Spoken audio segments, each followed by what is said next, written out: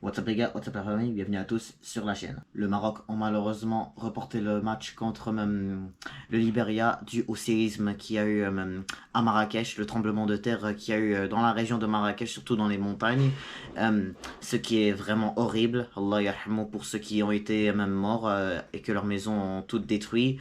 Surtout les personnes qui sont blessées, Inch'Allah qu'ils guérissent, car surtout ceux qui habitent dans les montagnes, malheureusement, ça a été vraiment grave. Les ambulances, parfois, ça peut être compliqué de vraiment aller les chercher dans les montagnes. Oh mon Dieu, que même, je suis juste triste pour eux, c'est tout. Je suis vraiment déçu que le match Maroc-Libéria a été annulé parce que vraiment, ce match, je l'attendais depuis toute l'été. Toute l'été, j'attendais ce match. Et là, à cause de ce séisme qui est vraiment triste pour les personnes qui l'ont vécu,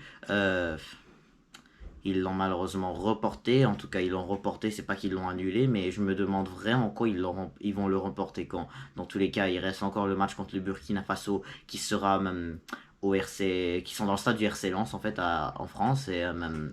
En tout cas, je suis certain ce match, Inch'Allah, qu'ils l'annulent pas. Les joueurs du Maroc ont fait quand même une très belle chose de faire une mini analyse de son. En fait, pas une analyse de son, mais en fait, je sais pas, ils sont allés dans une. Enfin, il y a des médecins qui sont venus pour comme en retirer quelques sons de leur corps pour par la suite aller les donner aux blessés, ceux qui se sont blessés en fait, surtout.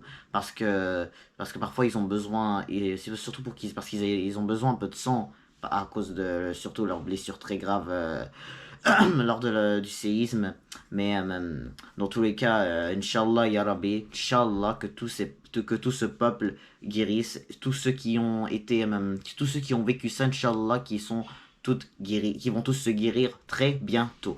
J'espère aussi que toutes vos familles qui habitent là-bas, en tout cas, Inch'Allah, Ya Rabbi, je vous l'espère vraiment pour vous. Inch'Allah, que vos familles ne sont pas touchées là-dessus et tout, et qui n'ont pas été blessées, au moins pas décédés, mais au moins surtout qui sont pas blessés. Inch'Allah, Ya Rabbi, que je vous prie, vraiment, je vous prie qu'ils vont tous guérir, Inch'Allah, ceux qui y ont été touchés par ce séisme. J'ai eu peur pour mon pays quand j'ai entendu la nouvelle et au moins en tout cas ma famille qui habite à Oujda, au moins ils sont toutes en bonne sécurité, il s'est rien passé, même si quand même ils ont entendu le bruit, mais au moins il n'y a rien qui s'est passé à Oujda. Mais encore une fois, je le redis une deuxième fois, je prie pour les familles qui habitent à Marrakech, je l'espère pour vous, que vous allez tous guérir et que vous n'avez pas été, et que, Inch'Allah, Allah yarhamou. Le Brésil, hier soir, l'a remporté 5-1 face à la Bolivie. Franchement, le Brésil, top performance, ils se sont baladés même contre la Bolivie. Et franchement, surtout top performance de la part de Rafinha. Rafinha, première fois que je le vois autant magnifique comme ça face au, avec le Brésil. Et même, je vois que ce joueur deviendra un nouveau. Je pense que cet attaquant du Barça sera un nouveau Neymar, sera le nouveau Neymar qui va dribbler, qui va tirer, qui va marquer des coups francs, voilà. Et il est juste trop fort ce joueur, je l'aime bien, j'aime bien les joueurs du Brésil. De plus en plus, le Brésil, il joue sans Alisson Becker. Depuis même la Coupe du Monde, Alisson Becker n'a pas encore une fois rejoué avec le Brésil, n'a pas été sélectionné numéro un du gardien. Et franchement, on dirait comme si, depuis que Man City ont eu le triplé, Ederson est devenu un gardien superbe. Et là, il prend la place d'Alisson Becker en gardien numéro un. Et c'est mérité. La Belgique l'a remporté 1-0 face à l'Azerbaïdjan. Franchement, top performance de la part de Yannick Carrasco, lui qui a marqué le but pour les Belges. Et franchement, ce joueur de l'Atlético Madrid devrait mieux performer dans un meilleur club. Parce que l'Atlético Madrid, pour l'instant, il commence bien la saison, mais je sens que ce joueur a besoin d'un meilleur club pour beaucoup mieux s'améliorer plus.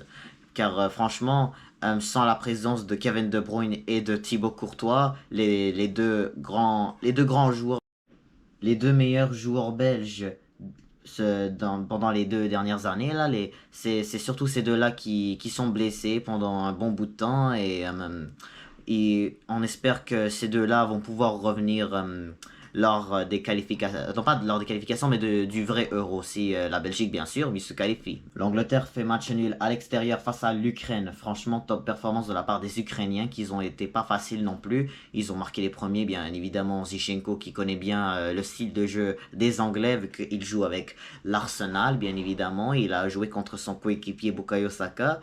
Je vois que l'Ukraine reste un club qui n'a pas été facile pour l'Angleterre et franchement, je trouve que ce club, non pas que ce club, que cette équipe nationale performe mieux que, exemple, l'Italie qui ont même pas gagné eux aussi. Là, je vous dirai contre qui après.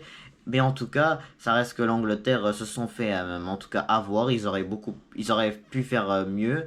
Mais en tout cas, ça reste que les Ukrainiens ont été très rapides, surtout Mudryk, même si que moi je le trouve pas bon avec Chelsea, mais peu importe, ça a été un match très serré. L'Angleterre ont enfin pu faire une égalité parce que eux aussi ils ont perdu rien dans les éliminatoires de l'Euro et même s'ils auraient dû gagner, s'ils auraient pu gagner, ils auraient quand même augmenté des points. Là, ils en ont perdu quelques-uns, mais dans tous les cas, il reste qu'ils sont très très loin rapport aux autres dans leur classement des qualifications de l'Euro. Et bien sûr, Gareth Southgate qui fait toujours tester des joueurs qui performent pas toujours, qui performent pas très bien en première ligue, comme exemple Guéhi ou Gallagher ou voilà ces deux-là, surtout ces deux-là dont je viens de nommer. Ils performent pas bien en première ligue. Ils pensent qu'ils sont bons, mais moi là, je pense pas du tout que c'est des joueurs que Southgate devrait même sélectionner à chaque fois. Saka c'est bon, Kane c'est bon, Rashford c'est bon, Tomori faudrait le faire jouer souvent. Maguire, écoute, il joue moins avec Man United là, depuis l'arrivée de Eric Ten Hag, mais peu importe, il reste que même qu'il existe plein de bons joueurs en Première Ligue. À part Bellingham et Harry Kane, tous les autres joueurs d'Angleterre jouent en Première Ligue et voilà, ils ont toujours le même style de jeu, comme s'ils sont toujours pas sortis de la Première Ligue, voilà. Et franchement, je suis toujours surpris que Harry Kane, en tout cas, ait quitté la Première Ligue. Bellingham, il aurait dû signer à Liverpool, mais peu importe, avec Real, il est juste superbe. L'Angleterre ont enfin pu faire une égalité parce que eux aussi ils ont perdu rien dans les éliminatoires de l'Euro et même s'ils auraient dû gagner, s'ils auraient pu gagner, ils auraient quand même augmenté des points. Là ils en ont perdu quelques-uns, mais dans tous les cas il reste qu'ils sont très très loin rapport aux autres dans leur classement des qualifications de l'Euro. Comme j'ai dit tout à l'heure, l'Italie n'avait pas gagné et c'était face à la Macédonie du Nord, l'équipe qui les avait éliminés lors des qualifications, lors des éliminatoires de la Coupe du Monde, lors des barrages en fait, les barrages de la Coupe du Monde des Européens en fait. Pardon, voilà ce que je voulais dire. Et pour l'instant, depuis qu'ils ont viré Mancini, ils ont fait une top performance avec l'ancien entraîneur du Napoli Spalletti. Et je vois même que aussi les Nord-Macédoniens, ils ont encore une fois bien performé. Ils sont pas faciles. Ils ont pas été faciles, même si qu'ils ont perdu 7-0 face à l'Angleterre. Bah voilà, écoute. La Macédonie du Nord ne performe pas bien à l'extérieur, à part d'avoir éliminé l'Italie. Voilà, mais écoute, l'Italie n'était pas du tout chanceuse hier et même la dernière fois. Écoute, la Macédonie du Nord, de plus en plus, elle performe de mieux en mieux. Peut-être que certains joueurs italiens ne performent pas bien en sélection, mais même en club, ils sont superbes, comme Di Marco Bastoni, Di Lorenzo, voilà, ces défenseurs-là qui performent très bien en Serie A. Donnarumma, voilà, il a toujours été un magnifique gardien. C'est juste, voilà, quand son équipe fait pas de bons matchs, bah voilà, il encaisse des buts, il encaisse plusieurs buts, surtout avec le PSG, là, ça va pas du tout bien leur affaire. Le Sénégal font match nul face au Rwanda, voilà. C'était pas du tout une équipe du Sénégal, c'était plutôt l'équipe du Sénégal de la CHAN, mais peu importe, ça reste une équipe du Sénégal qui a déjà été qualifiée en Coupe d'Afrique et voilà, je sens qu'ils sont déjà prêts pour l'avoir, mais je sens pas que les jeunes sont prêts, je sens pas que les joueurs de la chaîne sont prêts à être appelé par Aliou Cissé. Voilà, le Rwanda ont été superbes aussi en voyant la performance, mais peu importe, ce gardien qui a pu faire, je pense, un arrêt, je me rappelle plus ce qui s'est passé lors des tirs au but de la finale de la CHAN contre l'Algérie, et je vois que les Sénégalais restent qui ont toujours été bons. Voilà, le Sénégal a remporté la Coupe d'Afrique en 2021. Ils ont remporté la CHAN. Ils ont remporté la CAN U17 ans. Voilà, les Sénégalais, ils se débrouillent bien. Ils s'arrangent bien. Ça rassure un peu l'Algérie parce qu'ils ont fait match nul face à la Tanzanie. Tout comme nous, on n'a pas joué contre le Liberia. Ça rassure le Burkina Faso. Ils ont eu chaud. Mais en tout cas, ça reste que le Sénégal et l'Algérie. Je pense que là, ça va être un vrai match important. Mané l'a dit en plus dans un interview que le match contre l'Algérie sera important. Mais si, admettons, vous gagnez chez vous et que vous perdez encore en Coupe d'Afrique, franchement, je pense que vous avez trop parlé, mais en tout cas, c'est ce qu'on va voir parce que les deux équipes sont bonnes, ils sont superbes. Le Sénégal ont détruit le Brésil au mois de juin. L'Algérie, ils ont pu faire juste un match nul face à la Tunisie. Je vois que toujours le Sénégal performe mieux que eux, que les Algériens. Jusqu'à maintenant, je vois que le Sénégal sont prêts à encore une fois remporter un deuxième titre. Et pour finir, l'Allemagne qui ont décidé de reprendre une revanche face au Japon qui les ont battus 2-1 lors de la Coupe du Monde, eh ben non, ça n'a pas fonctionné. C'était une défaite, c'était une déroule. 4-1 contre le Japon. Comment ils se foutent même la honte chez eux à domicile dans le stade Volkswagen? Je comprends même pas comment l'Allemagne ne sont pas bons. Je comprends même pas. Ils ont eu la Coupe du Monde en 2014, oui. Depuis là, rien s'est bien passé pour eux. Je sais, ils sont quand même allés en demi-finale même de l'Euro 2016, mais à partir de la Coupe du Monde 2018, rien, rien. Défaite contre la Corée du Sud, défaite contre le Mexique, et là, je sais pas ce qui s'est passé après, avant l'arrivée de l'Euro, défaite contre l'Hongrie, ensuite là, pendant la Coupe du Monde. Pendant la Coupe du Monde, il s'est passé ça.